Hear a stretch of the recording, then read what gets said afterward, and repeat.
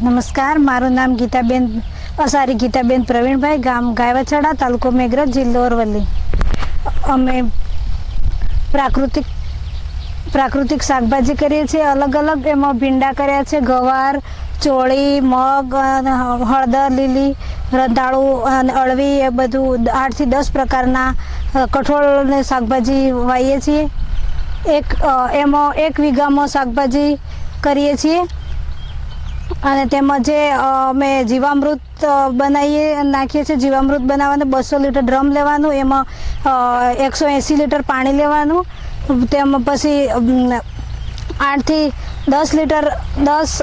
10 litre ગાયનું જરણ નાખવાનું અને 10 કિલો ગાયનું ગોબર નાખવાનું.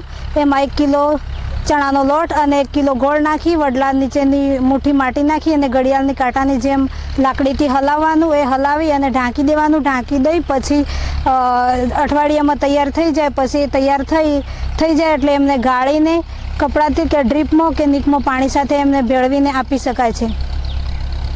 અને અમે શાકભાજી જે પ્રાકૃતિક શાકભાજી કરીએ છીએ એ ઓછું હોય તો ઘરે અને આજુબાજુ આપીએ છીએ. અને જે વધારે તે અમે વધારે હોય તો એ બજારમાં, ગામડામાં શાકભાજી બજારમાં, માર્કેટમાં, ઘરે ગળીઓમાં વેચીએ છીએ.